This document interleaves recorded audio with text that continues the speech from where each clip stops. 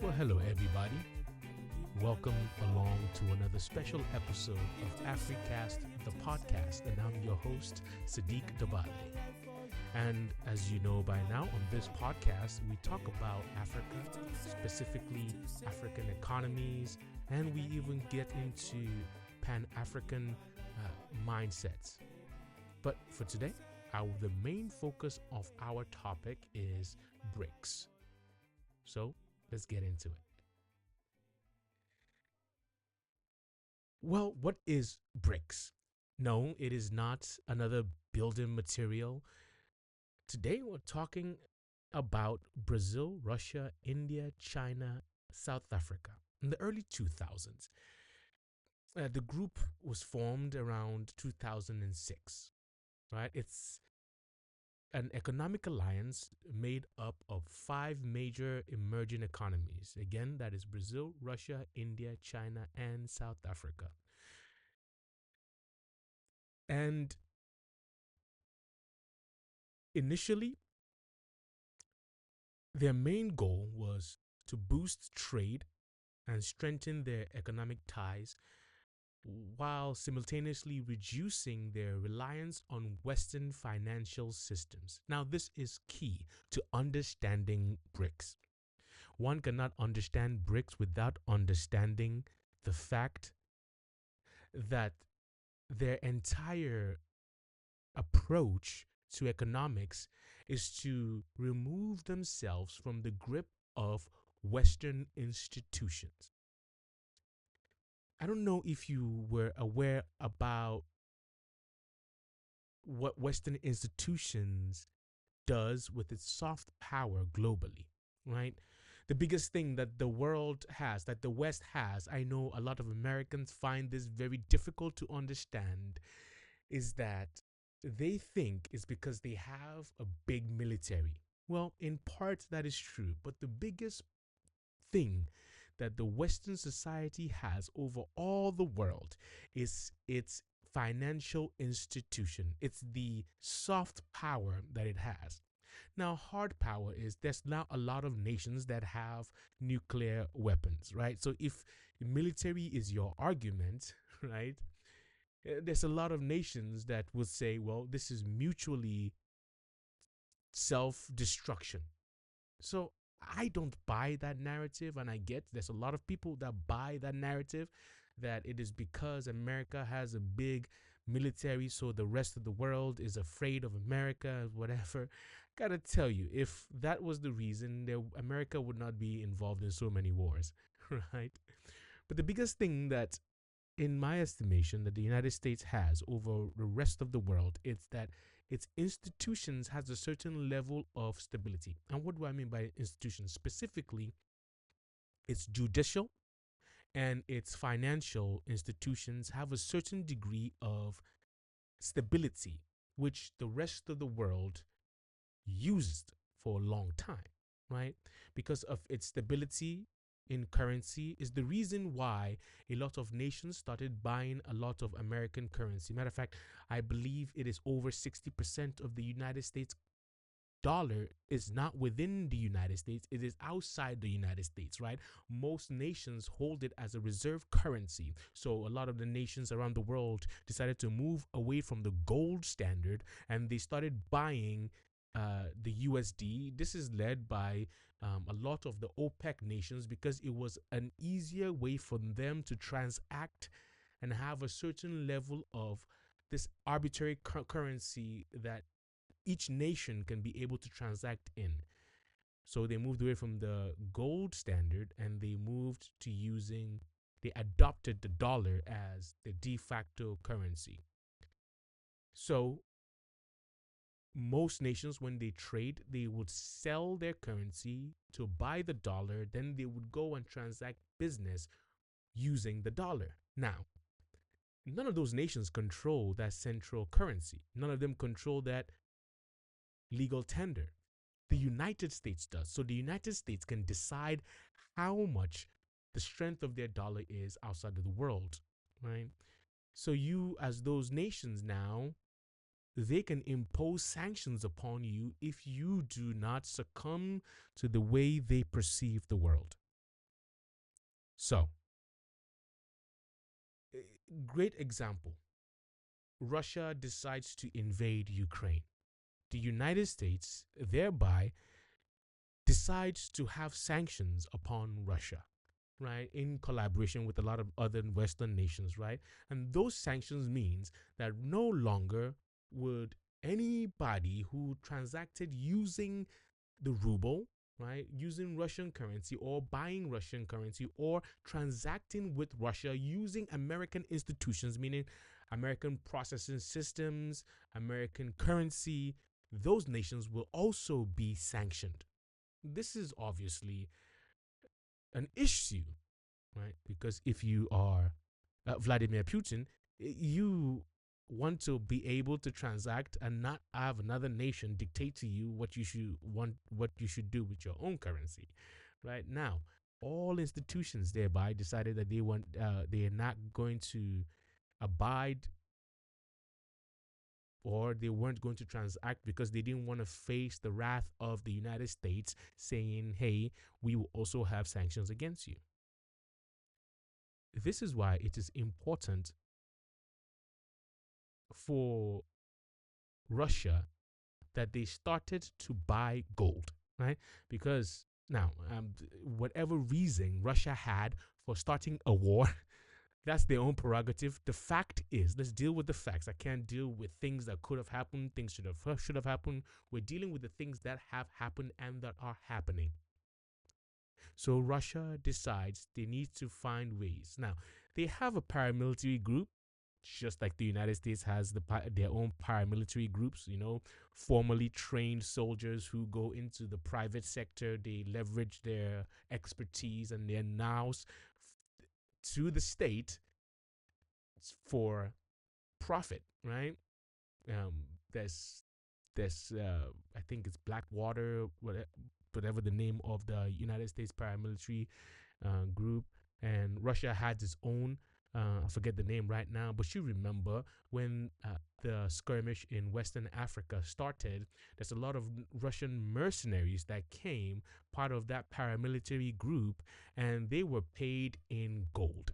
Right, they were paid by the Burkina Fasos and the Malis in gold. Matter of fact, Russian flags were being flown in their nations because they saw those flags as a symbol of liberation from the oppressive regime that preceded. So, and granted, a lot of those paramilitary groups will deny being related in any form to the Kremlin, right? Just like how the paramilitary group in the United States, if they were to ever get caught, they will deny being in contact with the Pentagon or the White House, right? For them, it is, you have to have that plausible deniability. There's a separation of duties, and but no paramilitary group acts outside of the world without the said um, licensure from its nation, from its nation of origin, right?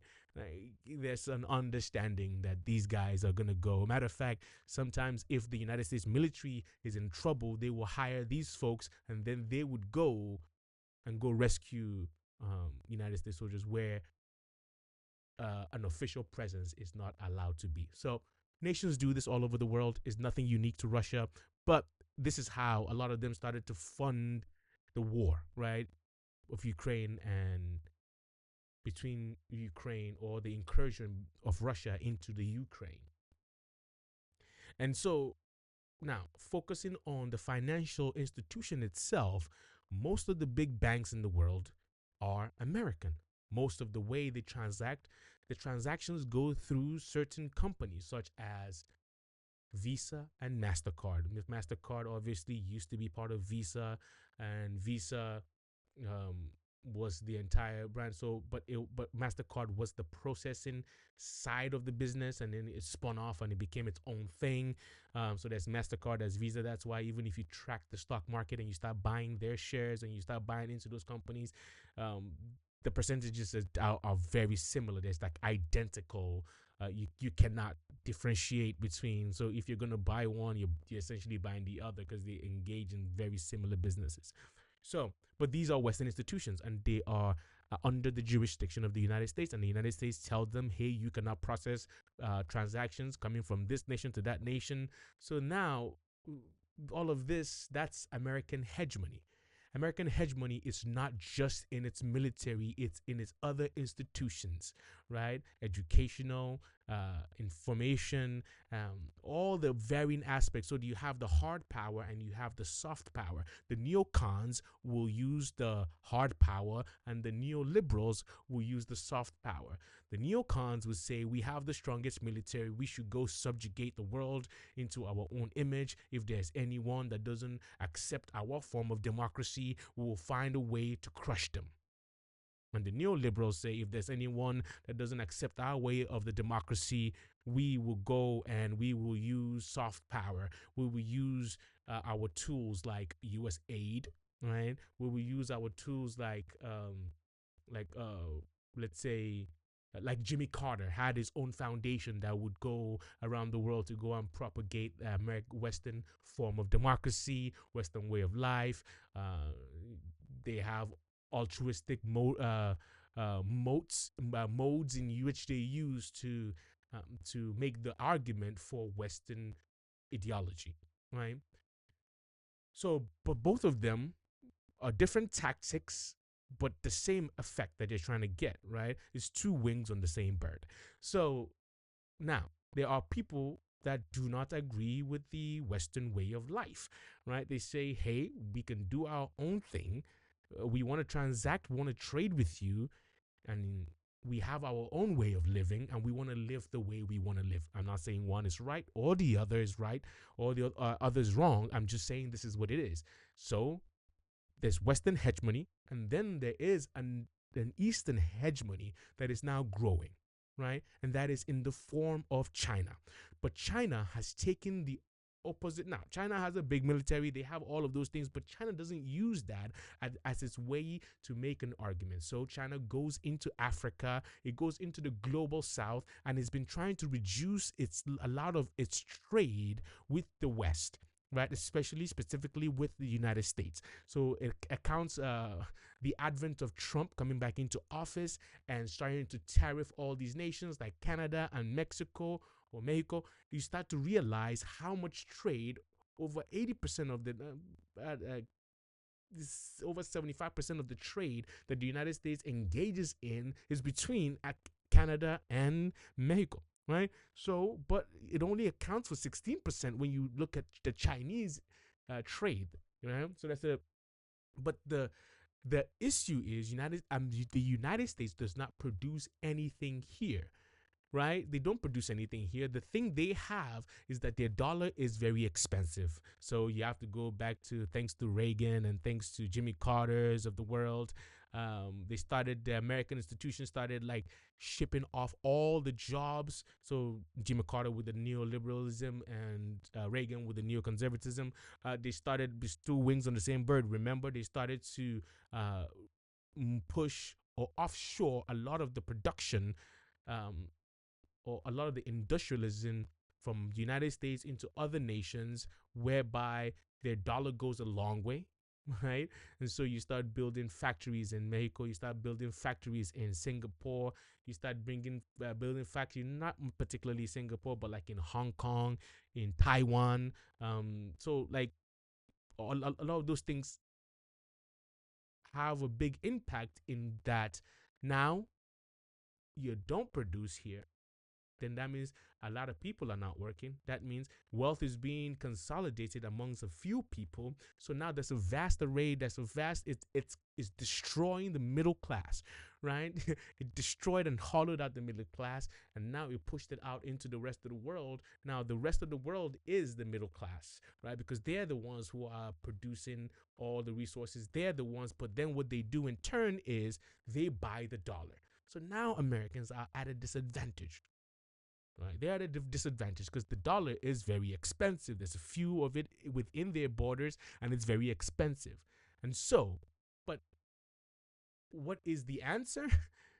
Then you have demagogues that come around. You have the people that come and bring their version of populism, which taps into that anger and that fear.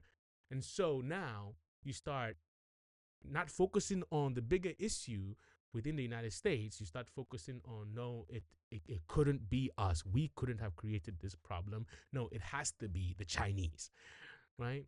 So that's a lot of China fear. So, but China went to the rest of the world since the 80s. Matter of fact, that's a documentary done by Bloomberg, which is not an Eastern publication. The Bloomberg is Western, right? And it's a Western institution. And they went to China and they went and studied. They did a documentary to find out, is China taking advantage of African, right? Because there's this this patronizing view that the West has, that China is gonna screw over Africa, right? But the question is, in my estimation, first of all, who needs to make that decision? Isn't it Africans that to who should own? Isn't it Africans who should own and to make that decisions for themselves and then live with the consequences of those decisions? You know, there's this patronizing view as if the relationship with Africa and the West was all that great. What was great about it? You know, for a long time, this is why I love the president of Rwanda. I know there's a lot of things that people say about him, especially coming from the West or from a Western perspective, right? They say stuff like, oh, he's human rights, whatever, there's no democracy. Then for me, I would start getting into the discussion about what truly is democracy, right? Is democracy the few choosing for the many? Because that's what happens in an electoral college in the United States of America. So is that democracy? I don't know. And I'm not here to say the United States one is better than the rest of the world, but every nation has its own form of governance, and they are going to live with the consequences of their choices, right? But it is patronizing to sit on one end and to tell the rest of the world that, no, yeah, you are making a terrible decision, blah blah blah, this and that. You know, standing on top of a bully pulpit to tell the rest of the world what they're doing wrong, as if you're doing it better, right? Again, this is not a conversation about which one is right, which one is wrong, but you get the idea. So China took the opposing view since the 80s. They've been going to Africa and they are trading with African nations. Matter of fact, even that same documentary, that same study by Bloomberg, found that even when African nations were defaulting on their loans, China will renegotiate. Because China has one objective. China is the factory of the world, but they need resources, and Africa has the vast amount of resources. Right? And I'm saying whether the relationship between China and Africa is good or bad, only time will tell. However, for now, which would you make? Which choice would you make? The United States comes with its military, doesn't want to trade, but wants to give you aid. Sounds like a PR move to me. China comes, they don't come with their military, but they come with loans. Which one would you take? They tell you, hey, we don't really care what you do in your society, in your country. We just want your natural resources, you know? This is the deal we want to make to get your natural resources. And then they take it, right? And they go. Now, that is a transaction. whether which one is fair. However, now we can get into the nitty gritty to decide which one is better. But think about it.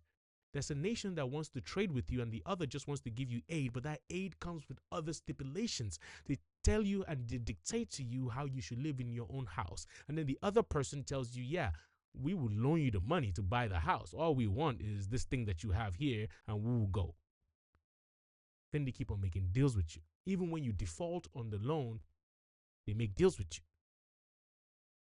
But this is the thing, the issue that I don't believe a lot of people in the West really want to grapple with, because automatically, when you start from a position of the West is the best, the rest don't care, right?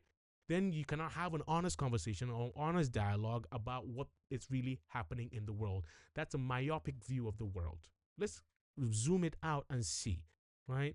And so you have all these nations in the global south that are saying, well, this institution that has been created, this way that the monetary policy is enacted in the world doesn't favor us. We are always going to be succumbing to the whims of the West. We need to develop something completely different. In comes BRICS, right? And BRICS seeks to circumvent all of that, to say, hey, we want to create our own economic bloc. We want to trade. We want to use other currencies. We will accept your currency if you are a member nation, right? Or if you're a partner nation. Obviously, there's stipulations that they require of you before you become a full member. So, as of last month, January, Nigeria officially became a partner nation of BRICS, right?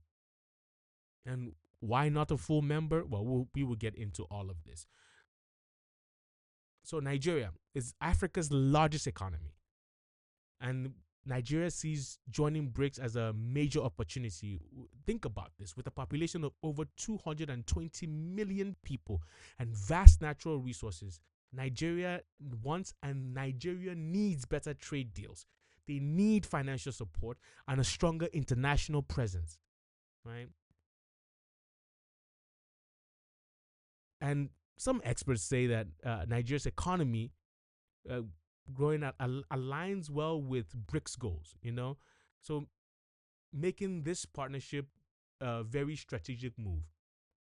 Now, let's talk about BRICS, the monetary strategy. One of their biggest moves is the New Development Bank, right, which they created in 2015. And this bank provides funding for infrastructure, sustainable development projects without the strict conditions often opposed by Western institutions like the IMF, the International Monetary Fund.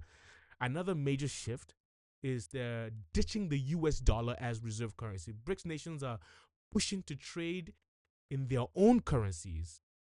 Thereby, they're reducing their reliance on the dollar. For example, in 2023, China and Brazil agreed to settle trade in yuan and rias, right, instead of dollars, which is mind-blowing, right? Because now you don't have to go buy that reserve currency and then trade, right? No, we will accept your currency for what it is, and we will trade like that.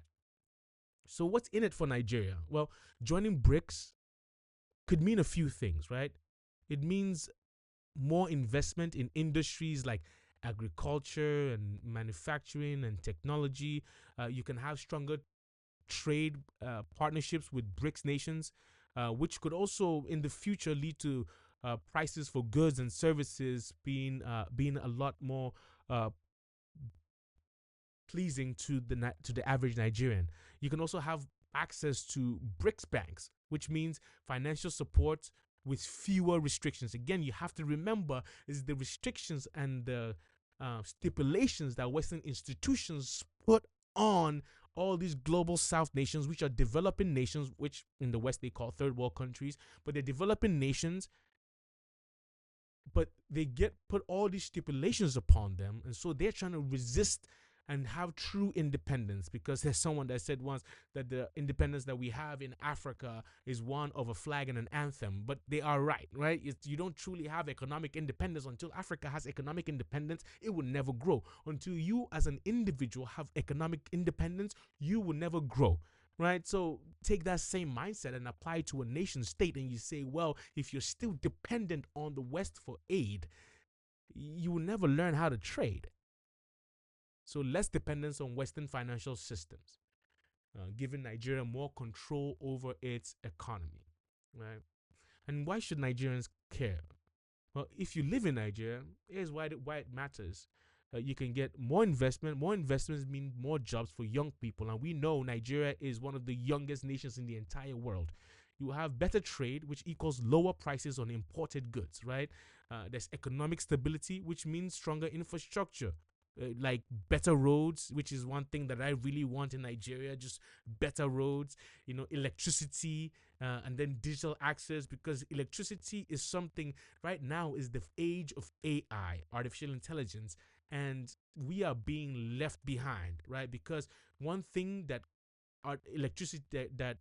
artificial intelligence needs for computational power is electricity, but we don't even produce that much. Matter of fact, I mean, to be fair, not even in the West, they don't produce enough power for to run um to run the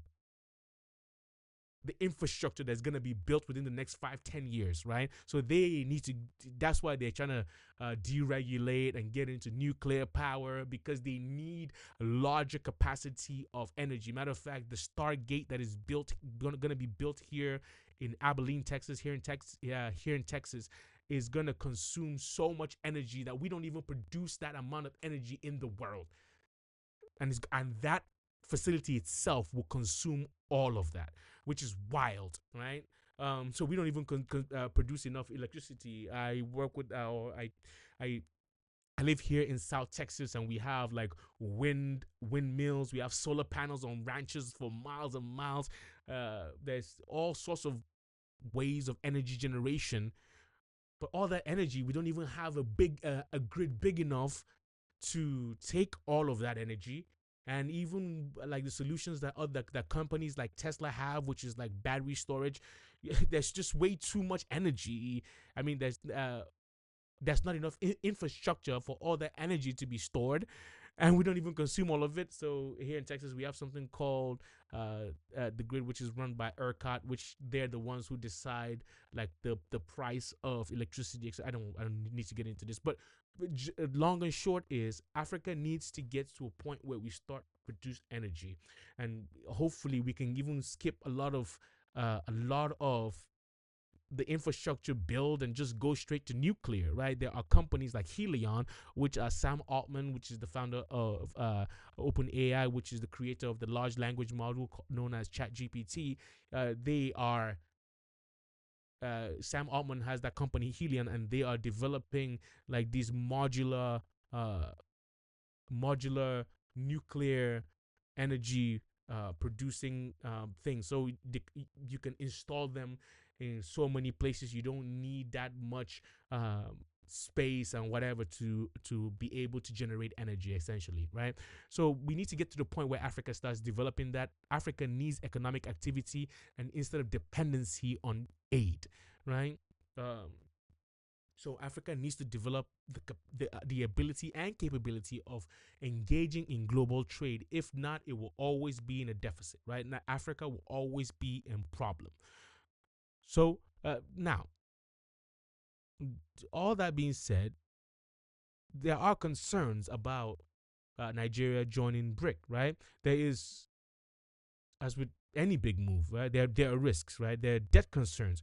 If Nigeria borrows too much from the BRICS banks, it could lead to economic struggles. So Nigeria needs to prove it is able to, because we have seen what Nigeria has done. Yeah, we can blame the IMF and all of its restrictions and regulations, but also Nigeria has to take responsibility for how it has managed the resources that it was given, right? Uh, there's rampant corruption, and all of those things need to be weeded out. And so a lot of these a lot of these policies like currency redesign, a lot of the monetary policies, etc., should help. You know, even like the getting stuff like NINs, like national identification numbers and whatnot, to be able to be tie them to banks, getting everyone to digital literacy. One nation, Nigeria, I want Nigeria to emulate will probably be a blend of Switzerland and India, because India is becoming quietly a manufacturing hub independent of most nations, and is also becoming it is quietly becoming big in the space um economy, right? They're sending rockets out, and they're sending satellites out. So there's things that Nigeria can partner a lot more with nations like India and like Switzerland. They can learn to be independent of geopolitical nonsense and just become an independent state, right? That is not tied to whether Western or Eastern ways of life or concerns, right? If Nigeria borrows too much again from the BRIC banks, it could lead to economic struggles, and unequal trade deals could also be an issue, right? If Nigeria doesn't negotiate well with bigger BRICS countries, it could gain more than we do. And there's also political differences that uh, maybe becoming a partner nation doesn't push you towards to, because as Nigeria is really trying really for a long time tries to emulate itself after the capitalistic uh notions of the West, but then also you juxtapose that with a lot of Nigerians want a welfare state, so you want to be able to have emulate something uh like the Chinese state. But even the Chinese state, I don't think uh, is too much of a welfare state per se. Um, Something that could work for a country like Nigeria could be like the Scandinavian module, where they have like Denmark and Sweden and Norway. Um, they have a certain economic ethos.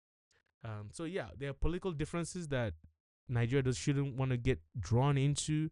Um, Nigeria should focus on Nigeria. Honestly, I don't. So, is BRICS a game changer for Nigeria? Well, again, only time will tell. But one thing is certain: this decision will shape Nigeria's economic future. Um,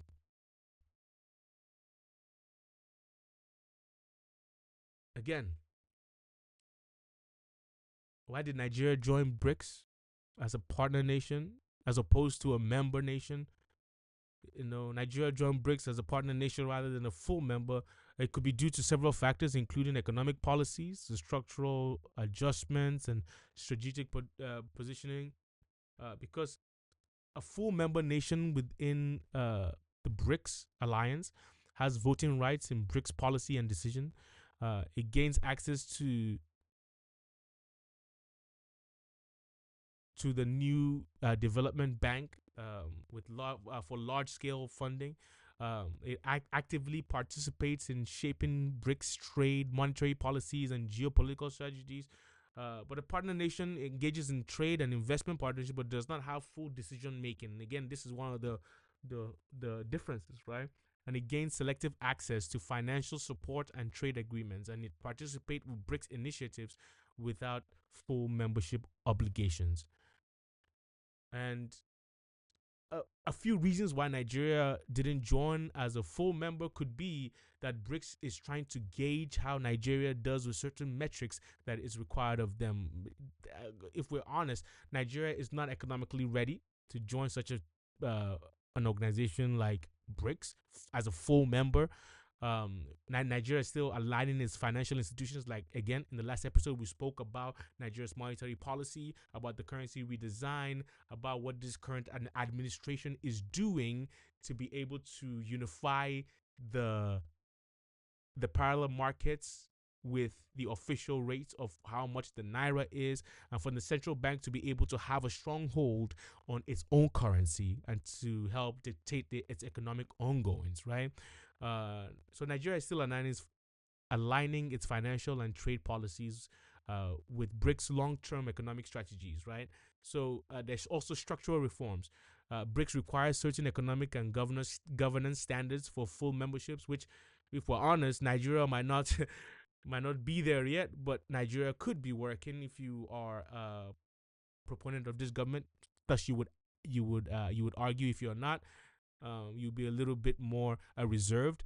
Nonetheless, this is something that needs to happen. Nigeria needs to work toward that, right? Also, strategic flexibility as a partner nation, Nigeria can benefit from trade and investment opportunities without the full obligation of BRICS memberships. Um, Benefits of being a partner nation in BRICS: Nigeria can attract BRIC nations to invest in infrastructure, agriculture, and technology. So we can have a nation like India, and I think Nigeria needs to cozy up a lot with India because India is becoming so strong around the world. It's not an enemy to anybody, but it also could be an opposition to everybody. So that's the kind of model that I want Nigeria to embrace. Is that kind of economic module to say, hey, we're a friend to everybody, we hate nobody. Strategically, I think that would be India, and I seem to remember Nigeria. It's kind of like Switzerland as well. We're supposed to be neutral on most things, on everything. So, but obviously, as of recent years, we're kind of not that.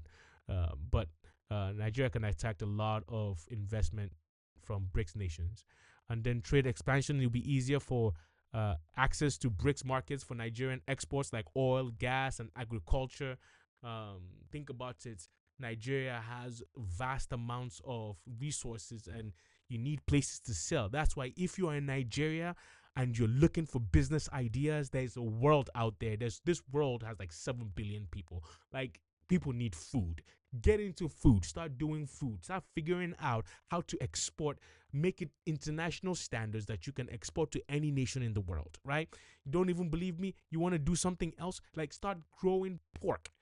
China will buy it all. China eats so much pork. They got so many people that they need to feed. There's so much business ideas, and which we will get into in our segment called Black Market here on the Africast podcast. So that's the second aspect of this podcast. We're calling it Black Market, where we go into businesses in Nigeria, in Africa, and how you can scale those type of businesses. And we're just giving you ideas. And if you have any questions, whatever, we can try our best to connect you with people that know more than us, or however we can help you, because the whole point of this is to build African institutions. That the whole point of this podcast is to build African institutions, to build the independence of African institutions, because that is the only way Africa will take care of itself. Is if there is a strong African individual with strong African community with strong African institutions, the world will respect you. And then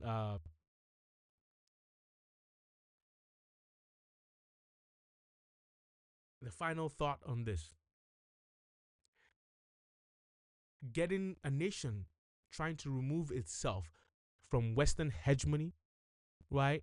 Which means you want to be friendly with the West, but you are not going to accept everything the West says. That's independence. And a nation being free from Eastern hegemony or Chinese hegemony is also good, because that is also independence, right? You don't want to be so tied to one or the other, because now you have picked sides. And when you have picked sides, it's difficult for you to be objective, to be neutral. And Nigeria needs to be neutral. We need to build our own independence, because a strong Nigeria means a strong Africa. A strong Africa means a better world, period. Right? So until we get this right, we have to get this right. So BRICS, just to recap, is Brazil, Russia, India, China, South Africa.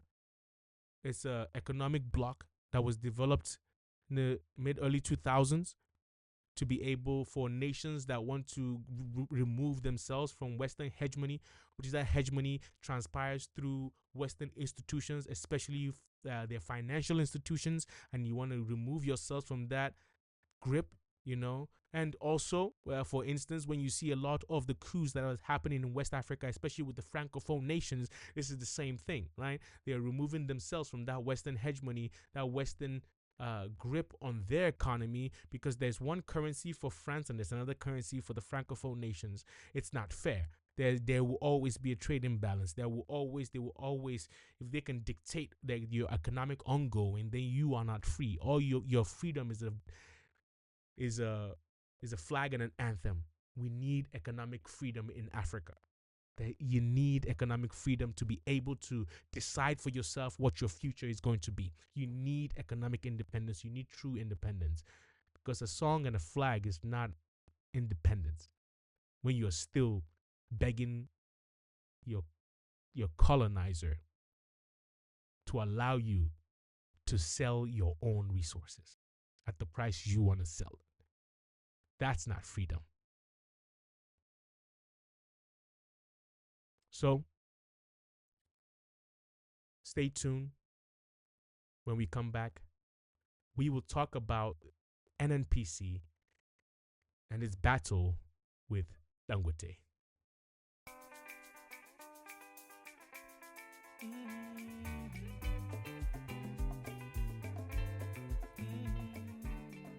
So, as I said before, this segment is called Black Market, where we discuss an economic player in Africa. So, on this segment, first let's set the stage. On one side, we have NNPCL, Nigeria's state-owned oil company, which was established in 1977. It was designed to manage Nigeria's vast oil reserves. So from joint ventures with foreign oil companies and ensures that petroleum products are produced for local consumption. For decades, NNPC was the dominant force in Nigeria's oil industry, controlling everything from crude oil extraction to refining and fuel redistribution, fuel distribution. I don't know if you're Nigerian, you remember all those NNPC gas stations where everyone will be lining up to go get. So they just had the entire. They were vertically integrated, right?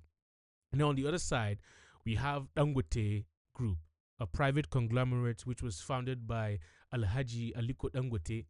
While the company has been a major player in industries like cement and sugar and consumer goods, its most ambitious project yet is that it engaged in is the Dangote refinery, a massive $19 billion facility that aims to process over 650,000 barrels of crude oil per day, which is enough to meet Nigeria's fuel needs and even export the excess supply.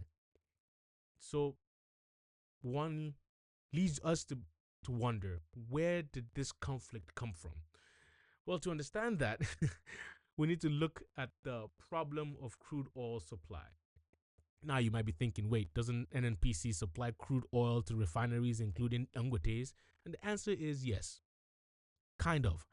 NNPC has historically controlled the bulk of Nigeria's crude oil production thanks to its joint ventures with companies like Shell and Chevron and ExxonMobil. But when the Dangote refinery launched, it struggled to get enough crude oil from the NNPC. Dangote himself has publicly complained that the government-owned company was only supplying him with, to quote, peanuts, while prioritizing crude sales to foreign buyers. This sparked major tensions as Dangote needed consistent crude deliveries to start refining at full capacity. So he wasn't getting enough from the NNPC, so he decided to start importing the crude oil from other places because the NNPC, for some reason, wants to import it. They don't want to give the crude oil to him, right? So that he can refine. Now, let's talk about how this affects you, the average Nigerian consumer, because Nigeria historically relied on imported fuel. So prices have always been vulnerable to global oil fluctuations.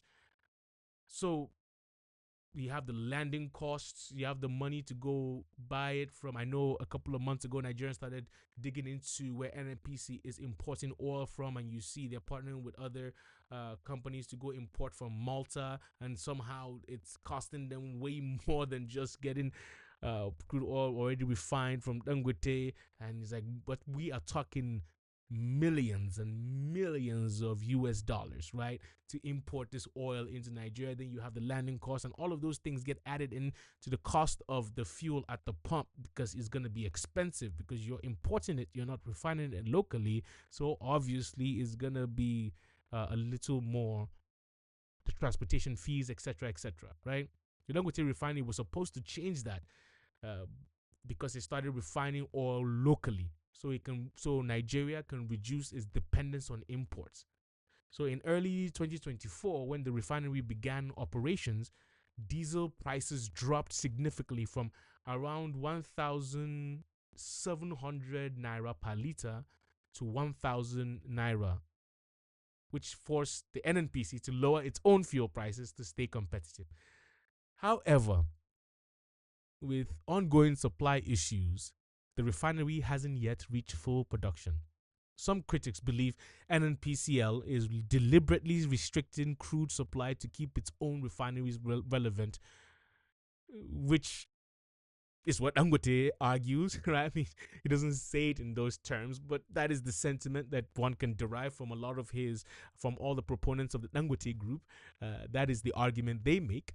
And then from the opposing side, Dangote supply underestimated the. Others argue that Dangote simply underestimated the political and logistical hurdles of Nigeria's oil industry.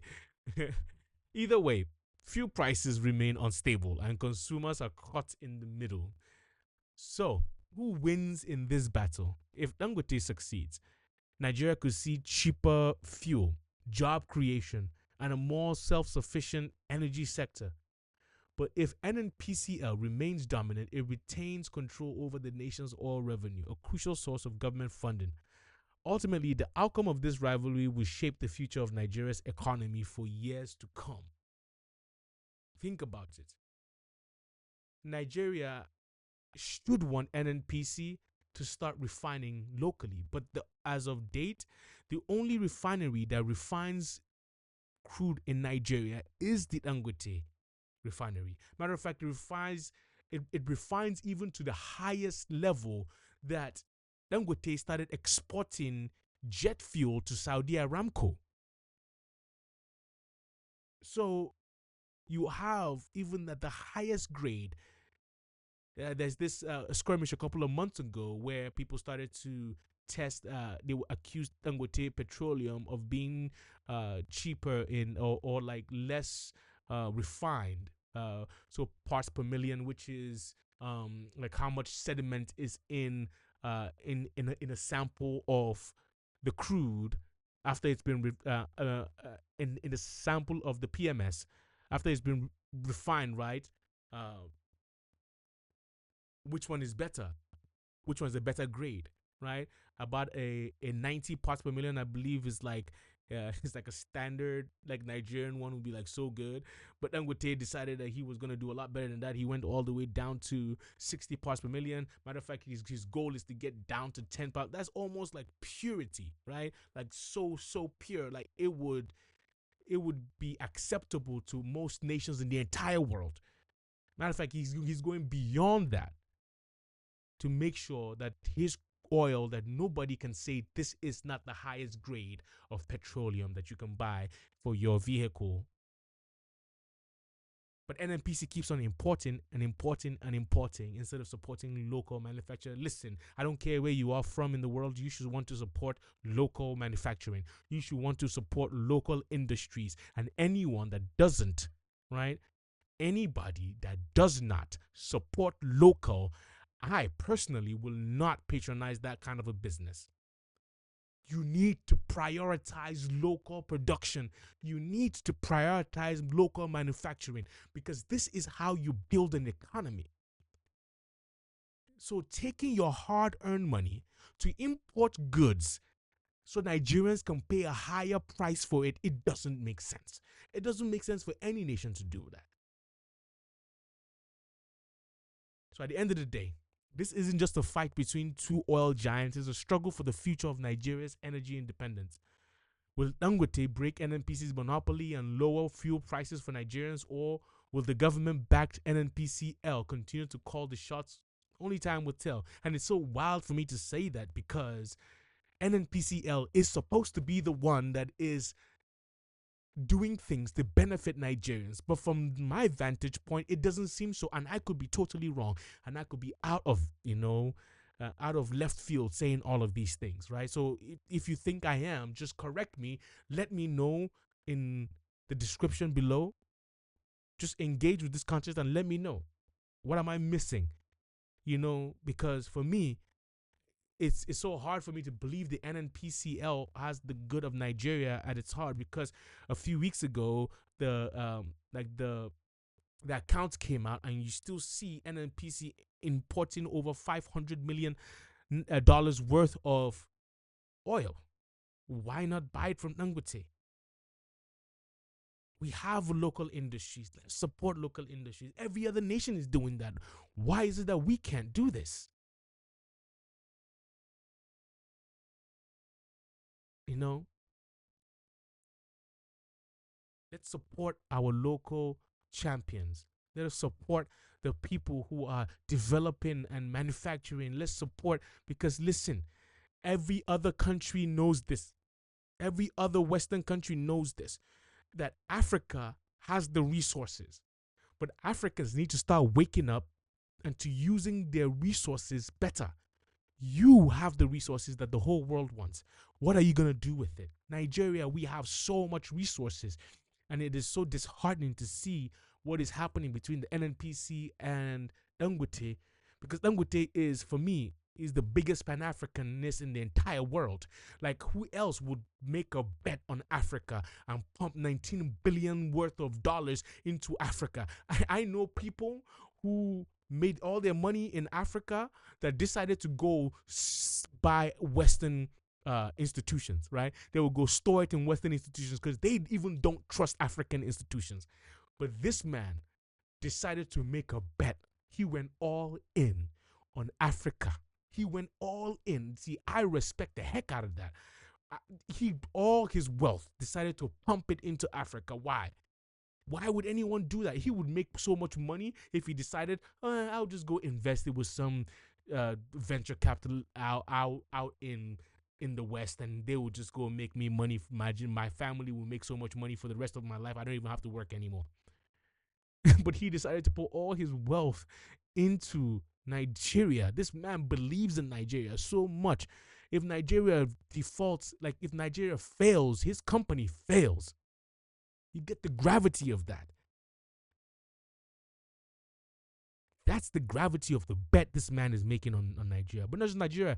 He has cement factories all over Africa, sugar refineries all over Africa. This man is single-handedly the greatest Pan-Africanist that has ever lived. Argue with me and argue against yourself. I'm not going to listen to it. On this podcast, no tarnishing of Aliko Dangote will be accepted. If you want more people, chastise the NNPC. Let them compete with him. Let them start their own refinery. In fact, I would not have any problem with it. Yes, I know I'm supposed to be non-partisan, but on this issue, I am. I am fully Dangote. The NNPC needs to start competing for the Nigerian people. Matter of fact, it should build its own refineries to the point where everyone will look at Dangote and start laughing at Dangote. Yes, take the challenge up. Yes. And we will end on this note. There's the gentleman that went on, his name is Valor or something like that. He went on social media and he bought two generators, right? And for those who don't know what a generator is, if you're living in the West, because a generator is like a backup energy supply. It generates electricity, and you can power it. And if some of us have like Generac, which is like battery, but then there's others that that you power it using petroleum, right, or gas.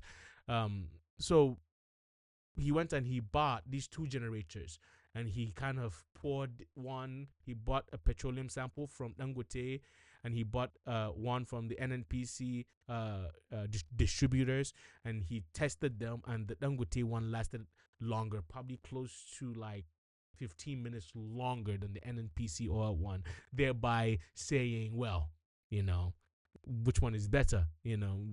Obviously he's claiming that the Dangote one is better. Now, NNPC, instead of going to do their own independent test, came out and they were threatening legal action against an influencer, against the guy who is just reviewing. If it is false, prove him wrong. Why this trying to subjugate him? Why this nonsense of trying to muzzle him and threatening him with legal action? It's ridiculous. It is mind-boggling that is the action they chose to take. I don't know who advised them to do that. Matter of fact, in this day and age, in a place where you claim you want to be a free market enterprising place, the only way to tell people that you're better is to show them that you're better, not to somehow use a legal system to force people to believe that you're better. That doesn't prove anything. That just proves that you have the power to subjugate people to your own will. That proves nothing. If he is wrong, disprove him. The only way you can disprove him is if you do your own independent test. Matter of fact, a couple of months back, when Dangote was accused that his oil wasn't that good, he invited the media, he invited the independent testers, and he said, "Test my petrol." Matter of fact, they went around, they bought the ones that won from the Dangote refinery, and then they tested it, and everyone got to see it. Everybody got to see it. So we don't have to take the word of NNPC. You don't have to take the word of Dangote. Matter of fact, you don't have to take the word of the Valor dude. Go do your own test, right? Invite an independent party and let them test. So disappointed in the NNPC. So very, very disappointed, because they are the ones, that is the Nigeria, right? You are a representative of Nigerian government. You are supposed to represent every single Nigerian. You're supposed to do the thing that benefits Nigerian. But it's so interesting to me that it takes an individual to do the thing that the state fails to do. This has been our segment on Black Market. We look forward to having more of the Black Market. And thank you so much for subscribing to the Africast podcast. My name is Sadiq, and I am so honored to be talking about all these topics that involve Africa and Nigeria. And I hope you enjoy it too. And I hope it sparks some dialogue within your friend group, within you. And maybe you could be the one that can challenge Aliko Dangote. Maybe you could be the one that could challenge the NNPC and start your own refinery. Who knows? Crazier things have happened.